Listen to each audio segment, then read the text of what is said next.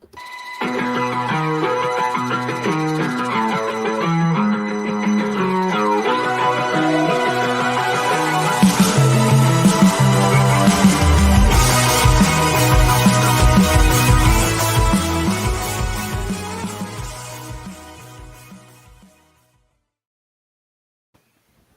afternoon, everybody, and welcome to At the Book for Thursday, May the 26th, 2022. We are powered by Caesars Sportsbook. We're also sponsored by the Tulane Doctors. Tulane Doctors going to make it so that we can't see myself or Devin up there. Oh, much better. It looks much better here, with I YouTube promise. mugs up there. But we do appreciate everything from the Tulane Doctors. I wonder if we should just change the view, Devin. You think so? I don't know if there's anything. Maybe just one of us is. I don't know what to do. It's a little better. We're live, boys. But anyway, we are live here. We're brought to you by the Tulane Doctors and Caesars Sportsbook. Zach Ewing, along with a full house crew today: Devin Jackson, Spencer the Guru, and Jim Derry, to talk a little bit of everything. And we welcome your comments. We'll talk to you as we go through. Hi, Uncle Big Nick. He's having a good day at the Charles Schwab Challenge. We'll talk a little golf later. Hi, Hassan. Thanks for checking in. The New Orleans Saints started OTAs today, off-season training activities, and or organized team activities. It is, right? They're totally voluntary. Some guys don't show up, but some guys do, and Jameis Winston was there, and we saw him in action for the first time since last Halloween when he tore his ACL against the Tampa Bay Buccaneers. So it's been less than 7 months, so it's a pretty good sign, I'd say, that he opted into OTAs and is out there playing, Jim.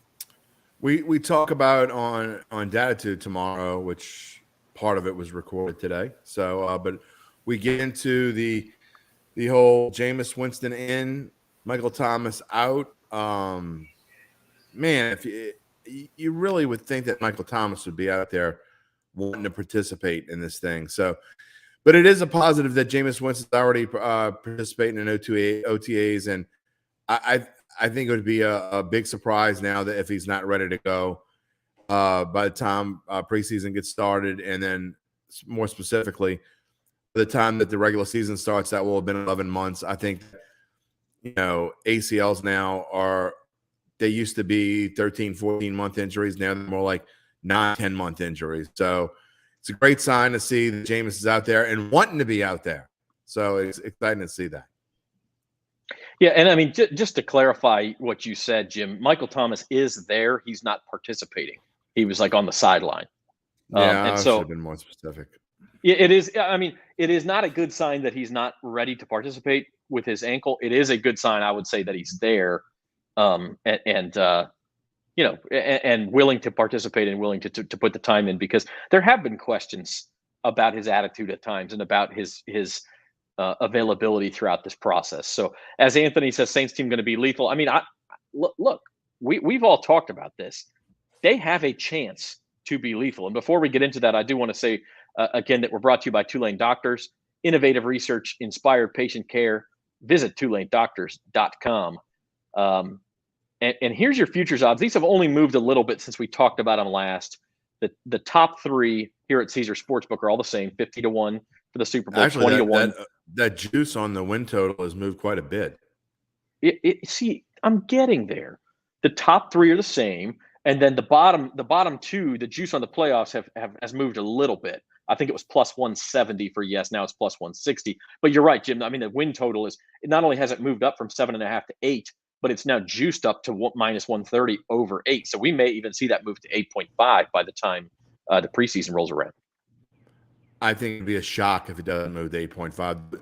The speed, and I've been trying to keep a chart of it and what days, and at some point in the near future, I will be putting a blog up on that. But I think that it would be a big surprise at this point not to see it move to 8.5, maybe within the next couple of weeks, which is scary because it means that everybody's betting on the over, which is fine. I don't like going with the public, but talked about it before that.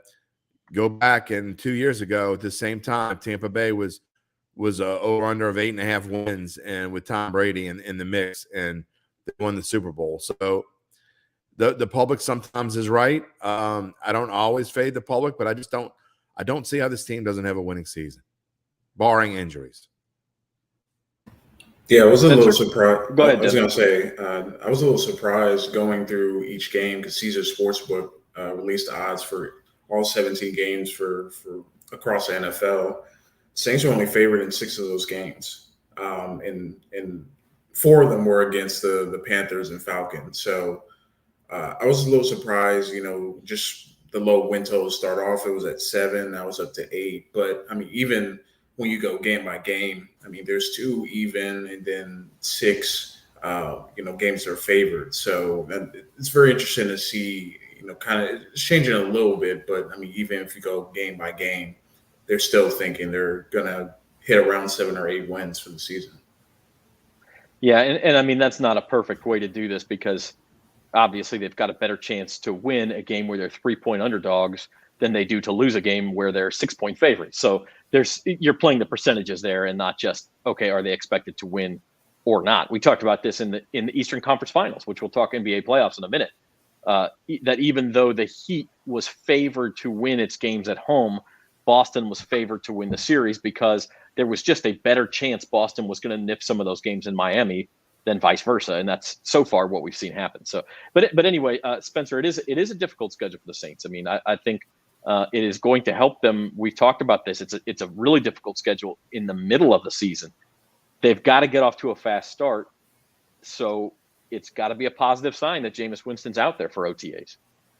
Yeah, no doubt about it, Zach. I mean, yeah, I think they'll be able to pull off some games that they're underdogs. Yeah, I know that Devin has said they're only favored in 6 games, but you're like, man, it's a tough schedule, which it is. It's a very tough schedule, but this Saints team, I believe, will be able to pull off at least 2 or 3 upsets along the way, which would put their win total above that 8-win mark. It'll probably be 8.5 when it's all said and done before the season, maybe even 9 because of the way the public seems to be going toward that over, and rightfully so with the way things are looking. Jameis only looking better. Michael Thomas should be back out there hopefully in the next month or 2. So with a fully healthy Saints team is a contender. There's no denying it, and so their futures odds there look pretty appealing, I'd say. And Jim, maybe you could speak to this. I feel like in the past, and maybe things have changed because sports books are so much more prolific around the country, and you can get to these win totals more easily. Caesars advertises them when they put them out. We talk about them. A lot of other people do. But in the past, typically that early movement on win totals and futures bets in May, that's going to be sharp money. I mean, the public's not out there in May betting NFL win totals. They're doing it later on. You know what else the Sharps are doing? They're betting game by game right now because the Sharps that I listen to, they all talk about preseason numbers and compare what the value is. And I think if you hit the bankroll to do it, it's not a bad time to go bet on.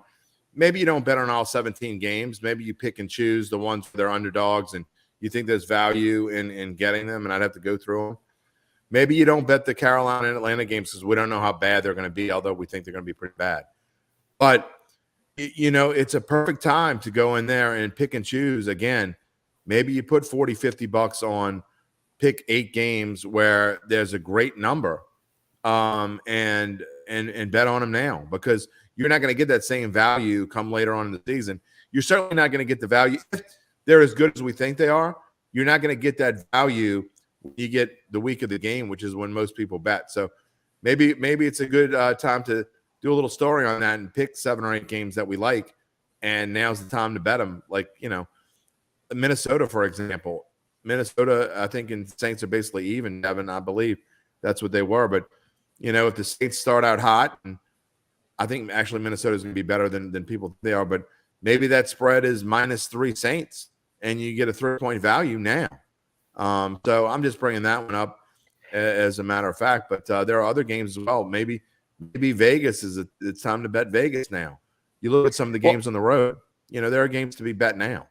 Yeah, I think too. You look at is there a game where a team is coming across a couple of time zones to play the Saints, or they have short rest because they they played Monday night the week before. Spots like that. I mean, sometimes the lines are set with that baked in, but sometimes they're not. And it's a spot where if you do value the Saints, you can grab that now. And as the line moves throughout the season, you'll end up with a lot of points in your favor. Yeah, not just the Saints, Zach. I mean, there are other teams that you look at.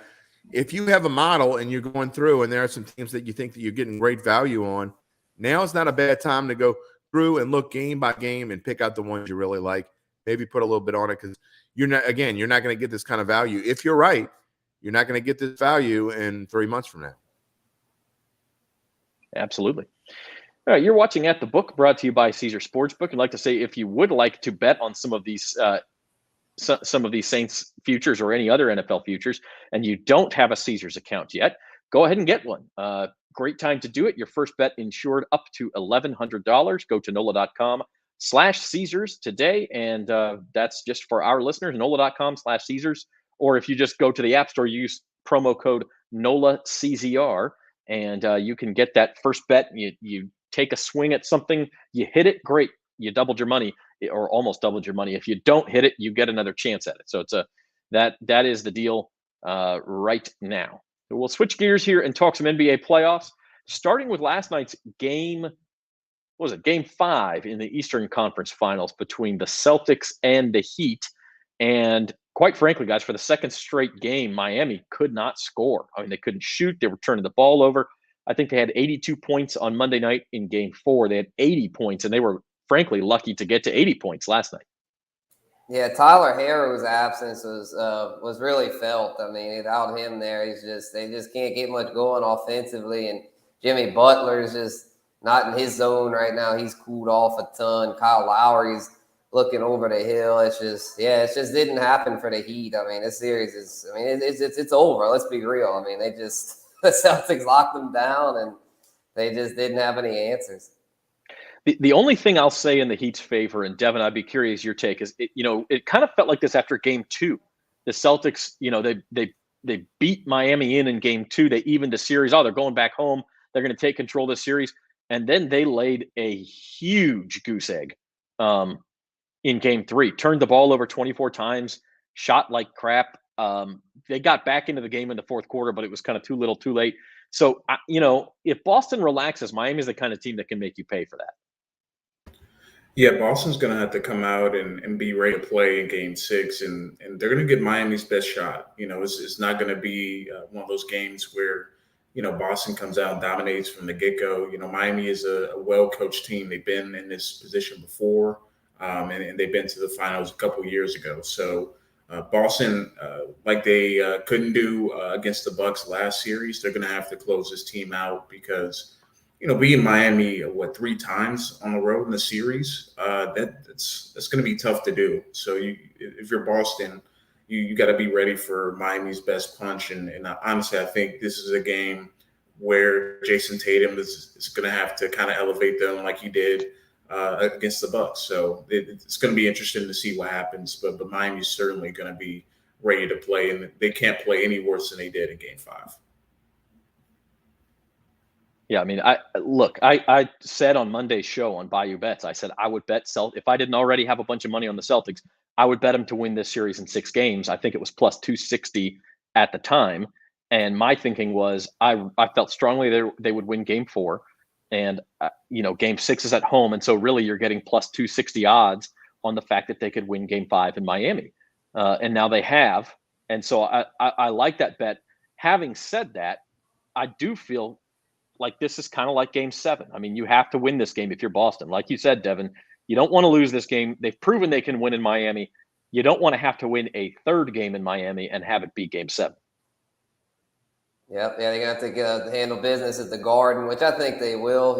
Miami's definitely going to put up a fight. They're a tough team, like Devin mentioned, but they definitely going to need Tyler Hero back if they want to be able to pull it off, because he's the 6th man of the year for a reason. He's a dynamic scorer. In his absence, I mean, it just don't have enough offense to complement Jimmy Butler. So unless he comes back, I don't see much hope for him. And listen, Jason Tatum has not played well in this series. To your point, Devin, he really hasn't. So if he shows up, Boston could really roll in Game 6. In the other series, I'm sorry, Devin, just switching over to the Western Conference Finals tonight, they continue with Game 5 in San Francisco. Golden State, a 6.5-point favorite over the Dallas Mavericks, lead the series 3-1. And Devin, you just uncovered up in Bossier City, somebody laid some big money on the Mavs, and there have been a couple of big bets on the Mavs to come back in this series. I don't know, that's a high percentage bet, but it may be maybe a better chance than the odds suggest. I don't know. Yeah, I don't know. I mean, like you said, I just saw, from Caesars Sportsbook that someone put 80,000 on, the Mavericks to cover tonight. I think they got it at +7. All those 6.5 right here on the screen, plus their money line to win along with the Miami Heat. But I don't know, man. The Mavericks, they did a great job in Game 4, not getting swept, but Golden State has a chance to go back to the finals. They have a home game tonight, and we know how crazy that arena gets when Golden State is in the playoffs. So I would be very surprised if the Mavericks won tonight, just based on Steph and Clay and Dre. They all been in this position before, and they've been able to close out before. So it's going to take not only Luka Doncic, having a fantastic game, but they're going to need the other people around him to also play well. So I'd be very surprised if they won tonight, but you never know. I mean, these NBA playoffs have told us that, even when you think you know everything, you didn't. And I mean, the Mavericks just pulled themselves out of a 2-0 hole against the Phoenix Suns, but this is a little bit of a different situation, obviously. So I'd be very surprised if they won tonight. Jim, I know you're on Golden State tonight as well. Yeah, I don't want to steal the thunder from our daily best bets, but, for the most part, it's been bet the unpredictable, right? I mean, for a lot of these playoffs, it's kind of aiding the public has really worked in this series. I don't think it works here. It's the one of the rare times where I am going to go with the public, and I do think that Golden State's going to win big tonight. I think the Mavericks, like Devin said, they just aren't getting enough. Luka's not getting enough help. Brunson had a little output in Game 4 that really kind of helped propel this team, but they're really not. I think when Golden State goes home tonight and they don't have enough inside play, I think that Golden State's going to be banging on them, and it kind of all depend on how much the refs want to let them go. But I kind of want to go back to the first series real quick, and I'm not going to harp on it, but this series is not over. I mean, the Celtics have shown that they can go in the tank as fast as anyone. And the Heat aren't just going to roll over and die. So to say that it's over, I think there's value to be bet on. You could that's $650 to me. There's value there. I'm not saying go bet a mortgage payment on or anything, but this series is not over. And I certainly think the Heat can win this game. And I know I'm not doing best bets tomorrow, but I love the Heat with the spread. And already the sharp money has come in on the Heat. The sharp money is going to be on the Heat. The public's Joe Q public is going to be all over the Celtics, which is going to keep this line somewhere around 8 by the time they tip off. But it started at 9. It's 8.5 already. I think it goes to 8 before it stabilizes, and I think now's a great time to bet on the Heat, and I certainly like plus 650. Yeah, I mean, and Devin mentioned that parlay. Part of it was the Heat to win Game 6, and again, if they win Game 6, they get to go home for Game 7, right? I mean, they may not be favored in Game 7, but it'll be something close to even money, and so you're getting quite a bit of value on them in Game 6. Now it's going to be a big ask. I do think 8.5 points is too many because it feels like that series will finally produce a close game. It just kind of feels that way, and I don't know who wins it, but I do think 8.5 points is too many. Showed you the series prices just a minute ago. The NBA Finals start a week from tonight. And so if the favorites do win the next 2 nights, we'll go almost a week with no basketball. It'll be, I guess, Game 6 in Boston tomorrow, and then no games until Thursday, June the 2nd. So and by the way, if Golden State does finish off Dallas, I think we had this wrong last week. They get home court against either of the Eastern Conference teams. It's not done by seed once you get to the finals. It's done by record. Just looked that up this morning. So Golden State would have home court, which to me makes this slide make a little bit more sense, because I've been saying all week I don't see how Golden State could be favored over Boston. If they have home court, I buy that a little bit more. I think Golden State with home court, I still think minus 150 is too heavy, but I could see it a little bit more, guys. Rose-colored glasses. They're head and shoulders better than the Celtics. I know I'm in the minority here. I think I don't even think it's a long series. I think it's a 5-game series. Golden State is that much better than Boston, and I wouldn't. There's no value. I'm not betting at minus 150. I'm certainly not betting the Celtics. I wouldn't bet the Celtics plus 200. I just don't think they can match up. I do think they're going to win the series. I think it's going to be a close game with the Heat. I do believe there's value in the Heat, like I said, because who knows? It could get weird tomorrow. But I think Golden State is head and shoulders. I think they're playing like they're on a mission. They do their games where they kind of disappear, and they'll have 1 or 2 of those. It might go 6, but I would not touch the Celtics. I mean, I hope you win your money. I don't have a future on either one of them. I vehemently disagree, and I know this doesn't surprise anybody. I would be stunned beyond belief if Boston did not at least push that series to 6 games. Stunned. Because frankly, Golden State, and I mean, you harp on this, Jim, the Yankees, the Lakers, these teams, they have risen to that. The Cowboys have done this in the past, where the odds get shifted in their favor just because of what they've done in the past. This is not the same team. They've had a fairly smooth ride through the Western Conference playoffs. It's pretty close with a lot older players, and Klay Thompson's had an Achilles, and he's not the same defensively that he used to be. I just, and again, one of us is going to be wrong, and it could easily be me. They got the Nuggets without Jamal Murray. They got the Grizzlies without Ja Morant. They're getting Dallas instead of Phoenix. Like, credit them. They've played well. I'm not saying they haven't, and they're a good team. They haven't faced anybody as good as Boston. And these series are getting pushed to 6 games anyway. I thought they beat Denver in 5, beat Memphis in Dallas 6. We'll see what happens tonight. But my other point would be, and Spencer, I'll let you chime in on this too. The metrics completely disagree with you that Golden State is much better than Boston. If you look at any metric, any efficiency metric throughout the NBA, Boston's a better team than Golden State. They just are. Now, could you say Golden State's got a playoff pedigree and they're going to up their game? And yeah, I mean, it could happen, but you can't sit here and say that through 100 games or 98 games, whatever these teams have played so far, that Golden State has been better, because they haven't been. Yeah, I mean, for the season, Boston is probably slightly better. But I mean, this is postseason basketball, is a different animal, and Boston's been pretty solid, but they've also had like a lot of stinkers. I know Golden State's had a few stinkers mixed in, but they've had so much upside to where it's like I feel good about them going all the way, because they have so much experience, so many shooters. Or Boston, it's like outside of Tatum and Jaylen Brown, they don't have a whole lot of guys that I trust. And then with Tatum, it's like he's been a little inconsistent himself.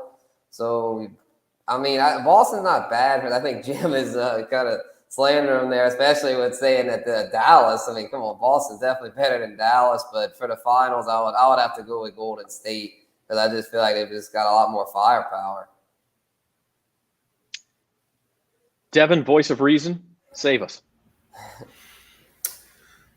This one's a tough one, because I can see both sides, potentially winning. But for me, I kind of like Boston in this scenario. And I know Golden State is, have Steph Curry, have Klay Thompson. But, when it ultimately comes down to is 2 things for me, and it's defense and turnovers. The Warriors and the Celtics have been a victim of this too in this series. But the Warriors have not taken care of the basketball this postseason, and they've been careless with the basketball. And obviously they can have those avalanche runs that, are just impossible to stop. But when I look at both teams overall, I like Boston's depth. I like their ability to go deep in their bench. I feel like in a tight game, Golden State kind of shrinks their bench.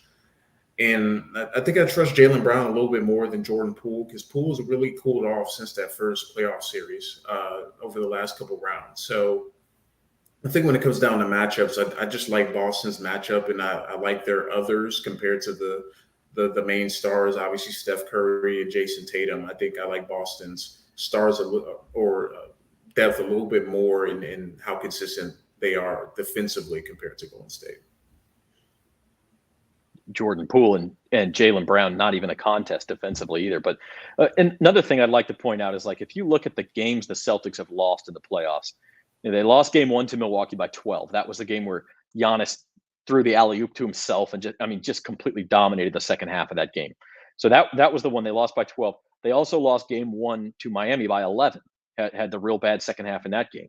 Their other playoff losses are by 2 to Milwaukee, and by 3 to Milwaukee, and by 6 to Miami. Now, their playoff wins, they had 4 close wins against Brooklyn, but then they beat Milwaukee by 23, by 8, by 13, by 28, and then they beat Miami by 25, 20, and 13. Nobody else is doing that. I mean, you got to be a good team to blow teams out in the playoffs like that. So, what's your read off the Golden State ledger? Yeah, the Golden State's blown out a lot of people too. I mean, that's not a factual statement, Zach. Here's the thing: when it comes down to it, Golden State, when they play above average or better, okay, or just say average or better, they can't be beat. No one can beat them. If they play average or better, they can't be beat. If they play less than average, they usually get blown out. I mean, because they don't show up half the time. But I don't know what it is about the game. Every third or fourth game, they just don't show up. So that's why I don't think they're going to get swept. And, yeah, it could go 6 games. It wouldn't surprise me if it goes 6, but it would surprise me if it goes 7 because I honestly believe – I mean, I know Boston's defense is better than any defense that Golden State has played since the regular season. There's no question that that's true. But it doesn't matter because they throw it all over the place. They know how to play inside, outside. It doesn't make a difference. I just don't see any team that – is going to match up with them in a 7-game series right now. I didn't think I thought the Suns could have matched up well with them. We'll never know in a 7-game series. But I just don't know that there's a team in the East. Well, there's only 2 left. Boston's probably got the best chance of anyone on that side to beat them. If you threw them all back in the mix, Boston's probably the best chance to beat them because they are more balanced and they play such great defense. But I just don't think it matters when you talk about Golden State because when they play average or better, they don't lose. Just in the interest of fairness, and because you asked me to, Jim, Golden State's wins by 16, 20, 5, and 4 against Denver, against Memphis by 1, 30, 3, and 14. And then against Dallas by 25 and by 9 and 9 again. So yes, they have had some blowouts, and I'm not saying they're not a good team. They have not had as many blowouts as Boston, and they've had probably more to my point. They've had some games where they've gotten their teeth kicked in, and Boston really has not. So, their losses by, they lost by 5 to Denver, by 5 to Memphis, then the one game against Memphis by 39, and then by 10 the other night against Dallas. So, yeah, I think people kind of they pointed at that 39 against Memphis and kind of freak out, which I know it was a horrible, embarrassing showing, but that was just one night. Overall, this Warriors team is they're scary, man. They're scary. I know Boston's got a great defense, which is why before the show, like I was telling you, I'm really looking forward to a potential Warriors-Celtics finals. Then we get to see that great Boston defense against the great Warriors shooting. So it's going to be interesting to see who prevails. And I think the fact that we disagree here, that Jim is easily on Golden State's side, I'm easily on Boston's side, and I think, Spencer, you're probably slightly on Golden State's side, and then Devin, it sounds like you're slightly on Boston's side. So we kind of have this split, and that goes to show you it should be a good series. And that's the bottom line. So it'll start a week from tonight, and I suppose before then there could be a surprise. Lots of big bets coming in on Dallas and Miami to pull upsets before we get there. Now, I don't think you'd call that likely, but there are some people willing to put some money on the line. So Let's move on here on At the Book, brought to you by Caesars Sportsbook and Tulane Doctors. Lots of other stuff going on around the sports world, by the way. You want to shift gears. It's a huge weekend, of course, as Memorial Day weekend is every year in auto Pardon racing. the And pun. Shift gears. Pardon the pun. Yeah. Well, oh, yeah, that's right. Yeah, there you go. Indy 500, Spencer, Sunday morning at the Brickyard in Indy. And a lot of familiar names up here, but also some guys that, frankly, if you don't follow IndyCar, you've probably never heard of near the top of this list. Yeah, most definitely, Zach. This Indy 500 field, very interesting because it's like a clash. It's like a generational clash between the old guard guys, like Scott Dixon, Elio Castroneves, Tony Kanaan. I'm surprised Elio didn't favorite higher. He's the 4-time winner. He's trying to go for a record-setting 5th. He's a great value to me at plus 2,500. But yeah, you got the veterans like them. And then the new guys, they got a lot of new guys up there like Alex Palou, Pato Award, Renus VK. So it's going to be an interesting mix. Just off of this list right here, I probably would say fade the 3 favorites. I mean, Dixon, Palou, and Award could all win, but I don't really like the values there. Where like Joseph Newgarden, I think it's a good value there at 10-1, Renus VK at 12-1. Because I feel like they're right up there with the favorites, and it's just more value to be had there with those guys. And then Takuma Sato, another veteran that I like there at 14-1. He's a 2-time winner. He's with a new team this year. He's the kind of guy, no matter who he drives for, he always finds a way to the front at Indy. He's just a great driver here. And then Jimmy Johnson, very interesting at 16-1, 7-time NASCAR champion, transitioning to IndyCar. It'll be his first Indy 500. I'm personally fading him, though, because I feel like his odds are up way too high because of being the name recognition. Everyone knows Jimmy Johnson. So being an Indy 500 rookie, I just don't see any value there. Anybody else have a take here? Because I don't. I mean, I know like there's some familiar names, but unless you keep up with the teams and the cars and things like that, it's kind of like betting on the Kentucky Derby. You do it because it's the Indy 500, but you got to keep up with it to have a good read here. I'm betting on a guy. I mean, how can you not bet on a guy named Renus? I mean, Renus VK. What a name! I mean, when I don't know something about sports, I'm picking my favorite name, and that is my favorite name. I'm betting on Renus. I'm going to make a bet. I'm telling you when I get off, just like I bet on Sinner the other day in tennis, who's still winning in the French Open. I'm going on Renus. And, Jimmy Johnson's transition from coaching the Cowboys and working on Fox to get in the Indy 500. I mean, he's a little old to be driving, isn't he, Spencer? Yeah. And in between, he won 7 NASCAR Cup championships? Oh, yeah, and he was really good at Indy while in NASCAR because NASCAR races here too, and he won the Brickyard 400 several times. So he'll be a threat. He's in a good car with Chip Ganassi Racing, but I think he just doesn't have much value there. But yeah, Renus there 12-1.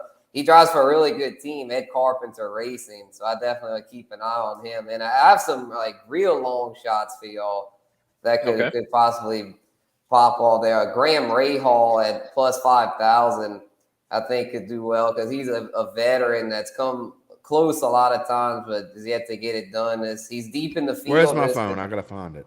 Here. Could maybe be his year. Spence. And also Juan Pablo Montoya, I believe he's at plus 10,000 there. And I think JPM, as they call him, could do pretty well. He's deep. That's another thing with the qualifying. These guys that start deep in the field tend to be good values because it's not real hard to pass at Indy. I mean, it's fairly tough, but it's not super hard to pass. It's not like a road course. So if you start in the back, it's not necessarily a death sentence. So Montoya is a 2-time Indy winner and is driving for a good team, Arrow McLaren SP, which is the team Pato Award drives for, one of the favorites. So there's definitely value to be had with him. And in the last long shot, I would say via Santino Ferrucci at 125-1 driving for. He's qualified up front. I'm surprised his odds are that high. And he drives for a team that focuses solely on the Indy 500, Dreyer and Reinbold Racing. This is what they do there. They run one race a year, and it's the Indy 500, and they've shown speed. So I feel like at those odds, why not take a shot? You By the way, I'm got to completely lift that joking. name up. I'm completely joking when I joke about Jimmy Johnson. Even I know that Jimmy Johnson is a fantastic race car driver and will be I'm assuming he'll be in the NASCAR Hall of Fame at some point. Oh yeah, most definitely. Yeah, might be already. Those guys go in. Those guys go in while they're still active. I think he might already. Even that was, by the way, the auto racing fans out there. I'm not a complete idiot. I know that Jimmy Johnson is a fantastic racer. That was a joke. Speaking of NASCAR, and by the way, Spencer, that fantastic names, but you gotta really buy into that one. Santino Ferrucci. We got to have the Italian. The Italian stallion win that race. That is very interesting though that they're all in on Indy, and so we'll see what happens there. But speaking of NASCAR, after the Indy 500 is over on Sunday, guys in the past have flown from Indianapolis to Charlotte to run in the Coca-Cola 600. I don't think we have anybody doing that this year, but this is one of the bigger NASCAR races on the circuit as well. Yeah, definitely. The two favorites here, Kyle Larson and Kyle Busch, have talked about doing that in the past, but it's just so tough to do. I know Tony Stewart pulled it off back in the day, but it's really tough. I think the most recent guy to do it was Kurt Busch back a few years ago. But yeah, as far as the Coke 600, this is a war of attrition, man. This is the longest NASCAR race on the schedule of 600 miles. It's going to go on forever. 600 miles. Oh yeah, it's usually over 5 hours long. It's a marathon. I somehow watch it. It's tough. It's tough to stay focused on it for that long. But I'm a racing degenerate, so I usually can. But yeah, the two Kyles. What would be impressive for these dudes to win 600 miles? Put my kids in the back seat. Let them ride 600 miles like I have to do every summer. And then we'll see if they can win a NASCAR race. That would be impressive. Yeah. This is which is why for this one I'm tending to lean more toward the veterans, the guys with experience, because they're the ones that they've done this for several years and know how to play it. With 600 miles, it's hard to adjust to that. Being they only do it once a year. So among the favorites, I probably like Kyle Busch the most. He's really good at 1.5 mile tracks. There's the Charlotte Motor Speedway where they run this thing. It's a 1.5 mile intermediate, and that's been Kyle's bread and butter this season, especially. And so I like him there at plus 650. I also like his teammate Martin Truex Jr. at plus 950. That's a little odd boost from Caesars, and I liked it for the All-Star race. Ryan Blaney was a little odds boost, and he ended up winning that one. And so I think it could go 2 in a row with the odds boost guys there with Truex, because he's a former winner of this race and experienced veteran, knows how to get it done. And, there are some young guys to watch too, maybe like Tyler Reddick, a guy that, still looking for his first win, could maybe pull it off. But I would tend to go with the more experienced veterans. Kevin Harvick, I feel like offers a lot of value as a veteran who I believe, he's a former winner in this race. He's at like plus 3,000, I think. So I think there's a lot of value to be had with him. Bakersfield, stand up. Devin, who do you like in the NASCAR race? You've been following quite a bit of NASCAR this year.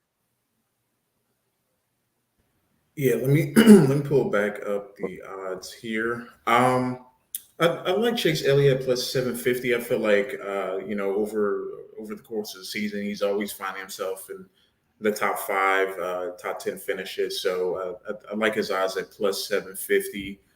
Someone that's near the top that I think could end up winning it all. And I like some juice on Tyler Reddick. He's done well as well this season, and I think he could also be a nice play, a bit of a long shot. But with this race going on, I feel like once you get down to probably the last 50, 60 laps, I think there's a chance for some of those guys maybe in the bottom half of the top 10 to make a move, and I think Reddick could be in position to do so. All right, so there you have it. You can read Spencer's thoughts and his picks on the Indy 500 today at bet.NOLA.com. That was just posted. And Coca-Cola 600 write-up coming tomorrow morning, correct, Spencer? Correct. Yeah. I mean, another cool thing with these races, because it's all the Indy 500 as long as Indy car race. A lot of strategies involved a lot of times with these with fuel mileage and stuff. So teams can get creative and sometimes have an unexpected winner, which is why I like a lot of the long shots here, especially with the Indy 500. 1,100 miles of racing on Sunday. I think the most I've done in a day is like 1,000 on a road trip. So yeah, that's going to be a lot of driving on Sunday. But that's Memorial Day weekend for you. And look, the sports just don't stop. I had to show these because our 900 to 1 parlay is still alive. So, Jim, you still remember who we bet on here? We bet on Sinner, Yannick Sinner, and what's her name on the other side? You got to show me the other odds. Amanda Anisimova, who has gone from 25 or 2,200 maybe to 1,400. I like it. That was my actual pick, by the way, when we talked about this on Monday. Sinner, you just threw in there because, well, for obvious reasons. Yeah, well, I mean, he fits in with us. But his odds actually have not shrunk that much because the favorites keep winning on the men's side. You have Novak Djokovic, Carlos Alcaraz. He had a scare yesterday, survived his second-round match. Rafael Nadal, Stefanos Tsitsipas had a scare today and survived in 4 sets. And so the favorites keep marching on the men's side. And on the women's side, we're going to have to get rid of Iga Swiatek if our pick Anisimova is going to hit the finish line. Oh, well. Tsitsipas, that sounds like some bad bug bite you get outside during the summer in Louisiana. Got a little case of Tsitsipas. Yeah, that does sound kind of nasty, doesn't it? Yeah, you don't want to get that. But I will say what was once like a 900 to 1 parlay is now like a 400 to 1 parlay. So we're moving in the right direction. My cash out option yet? My cash out option on my $1 bet is still only 40 cents. So they haven't only bet gotten to $1? the point where, man, 900 to 1. Come on, man. If I hit that, I got $900 in the bank. If I hit it, mine was 770 to 1, so I'll get $7,700. Okay, well, you can buy dinner then. Okay, I'll buy dinner for all 4 of you. Nick's not coming. Take that, Nick. No, what did Nick say earlier? I enjoy this dad joke so much. Going back to the NBA playoffs, we missed that at the time. Yeah, but he jokes about me being old. He's got like the old man jokes that he thinks are funny. I am a dad joke aficionado, man. I'm here for it. Well, my wife has rolled her eyes so much I don't even try them anymore. She just makes me feel dumb. So. And then the last slide we have is the Charles Schwab Challenge. Uh-oh. Yeah, Scotty's had a really good day. I believe that he was 4 under today. The leader is the last I look. And as I look right now, there are 2 people at 5 under, 2 players at 5 under. You can't get any value on. We told you Scheffler, you needed him to have kind of an average day. I really liked Kevin Na coming in. Still maybe a little bit of value on him. Patrick Reed, is he going to have a great tournament? I don't know. But Victor Hovland didn't play very well today, so maybe there's value there at 2,200. Not that far off. And Morikawa, he shot even today. He at plus 2,800. I think there's value there. So might want to jump on that. Justin Thomas had a bad day, and Zalatoris is kind of like all over the place. And by the way, Taylor there at 40 to 1 is one of the 2 players in the lead. The higher ranked of the 2, the other is Martin Traynor. And these odds, this odds board is about an hour old, so this is updated a little bit. Nick Taylor is now 28 to 1. Morikawa still 28 to 1. Let's see what else we have. Spieth is now 8 to 1. Yeah, and Victor Hovland's price has gone up. Actually, you can get him at 40 to 1 now. So he's having a bad second 9. Yeah, I was just looking at the leaderboard. We was on the screen. Still got 2 at 5 under. It's early. I mean, I would kind of wait, and this is when I like to play the favorites that have an average day or a little below average. Like I said, a Morikawa, who was 1,100 to 1,200 to start, and now he's 2,800. I mean, he's only going to be 5 or 6 shots back, which doesn't really mean much after 1. You just need to make the cut. let them have a good day tomorrow, you won't get those same numbers. Yep. A couple of other things before we go. As I said, a very busy sports weekend. You got the New Orleans Breakers. They play on Saturday, and they play the Michigan Panthers. New Orleans, a 6-point favorite in that one. Also have the SEC baseball tournament. LSU is a -190 favorite against Kentucky. That game they're actually supposed to play tonight. They're the third game of the day. The first game's in like the 5th inning, and so LSU and Kentucky may play like 10 o'clock tonight. Maybe by the time it's over, you could wake up and watch Anisimova at 4 a.m. in the French Open, Jim. Yeah, I'll do that. I'm gonna set my alarm and get up there, and then right when she's done, the PGA tournament will start back up. I'll just stay up all night. There you go. And also on Saturday, listen, the Super Bowl for the rest of the world is on Saturday.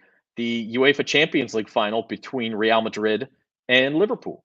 And so the odds on that one, after 90 minutes, Liverpool +104, Real Madrid +245, and a draw is +270.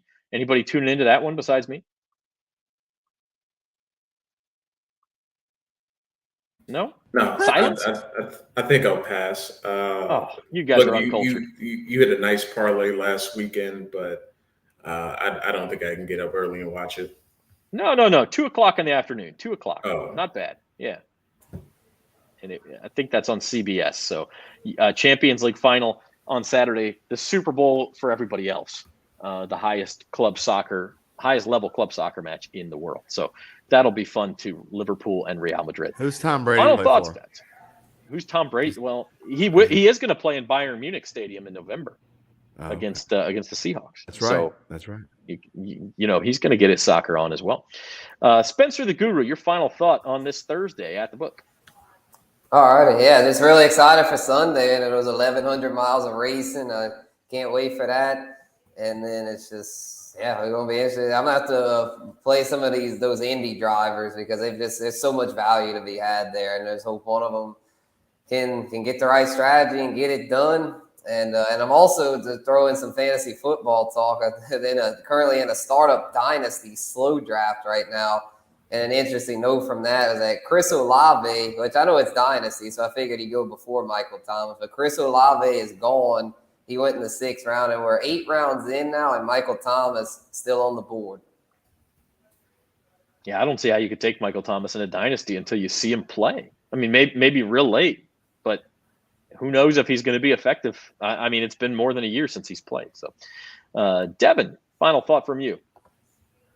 Should be an interesting weekend of sports, and starts tonight. See if the Mavericks can extend their series. The two bettors are hoping that the Mavericks win tonight, or they're going to be losing a lot of money. I think like 130,000 combined between the two. So we'll see if they can stay alive in that aspect. But maybe we'll have the NBA Finals set by the end of the weekend, and we can start shifting towards that. And keeping up with LSU baseball, they're starting to trend in the right direction here towards the end of the season. And if they ever get to play tonight, it'll be interesting to see how far they can go in the tournament.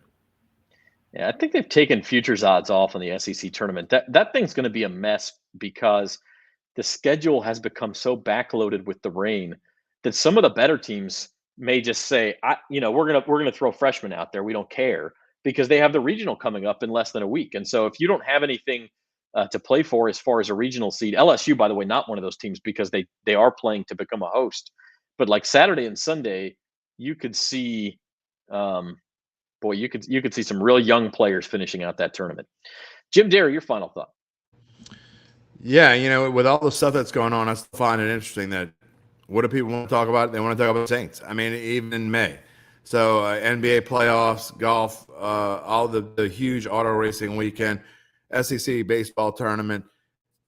We're still talking about the Saints, and we'll be talking about the Saints tomorrow on Datitude. I have as my guest the voice of the opening of Datitude, Phil Anselmo, the former lead singer of Pantera, who is a huge Saints fan. He just so happens to be my brother-in-law, and he is coming on to talk all Saints tomorrow. We're going to throw in a little boxing because he's also a correspondent for boxing news, I believe. He knows a whole ton of boxing. So something we've never talked about on Datitude, boxing. let's talk about it. We'll do that tomorrow. Tyson Fury comes up, the best pound for pound boxer, maybe in boxing. We'll talk about him, but it's gonna be a whole lot of Saints. About 85% Saints tomorrow in Datitude. Is his entire appearance gonna be in the lead-in voice? Because that would be awesome. That's the only voice he knows. So that's pretty cool, actually. Yeah, I mean, that's who he is. You got to listen just for that. It's fun to go. Sunday dinners, they're fun every now and then, when you get to talk to him about the Saints and get him fired up. But yeah, that voice for 30 minutes is pretty interesting. Yeah, that's worth listening just by itself. It is. My final thought, I will say this. I'm going to double down on the Celtics, boys. I got plus 150. I'm going to go bet some more on them. Or plus one, I guess it's plus 140. I'm going to go bet some more on them. I'm feeling good about it. I got you call them rose-colored glasses. They're green, baby. I've never really been a Celtics fan, but I'm enjoying watching them work this year. This is going to be one of those series where when it's over, you're going to hate them for the rest of your life because how they're going to screw you coming up. You're going to hate them. I don't know, man. I got them 11-1. You'll never bet on Boston ever again because they're going to do something that's really just going to tick you off, and it's going to ruin your futures betting. You have heartbreak in your future, Zach Ewing. All right. Well, listen, I have an 11-1 bet on them just to win the Eastern Conference. So I figure if I cash that, I can free roll whatever I would win. You got a good chance to win that. So let's do it. Celtics Heat finishing. Well, they may not finish up tomorrow night. They may not. I got to catch myself there. The Celtics can finish it tomorrow night, just like the Warriors can finish their series tonight. So by the time we meet on Monday, Bayou Bets, Spencer, the Guru, and myself for a Memorial Day edition of Bayou Bets, we may have an NBA Finals series to talk about, Spencer. We probably will. The only way we won't at that point is if Dallas and Golden State are playing Game 7 that night, because Boston and Miami Game 7 would be Sunday night. So yeah, we'll be able to talk about it. 4 p.m. Monday. Join us. And whoops, that's not the right slide. Beat the Pros is going on. You can play against Rod Walker, but your first bet insured up to $1,100 at NOLA.com/Caesars if you'd like to join the fun. And until then, this has been At the Book for May the 26th. I thought somebody else was putting up a slide there for a second. For Spencer the Guru, Jim Derry, and Devin Jackson, I'm Zach Ewing. Have a good day, everybody.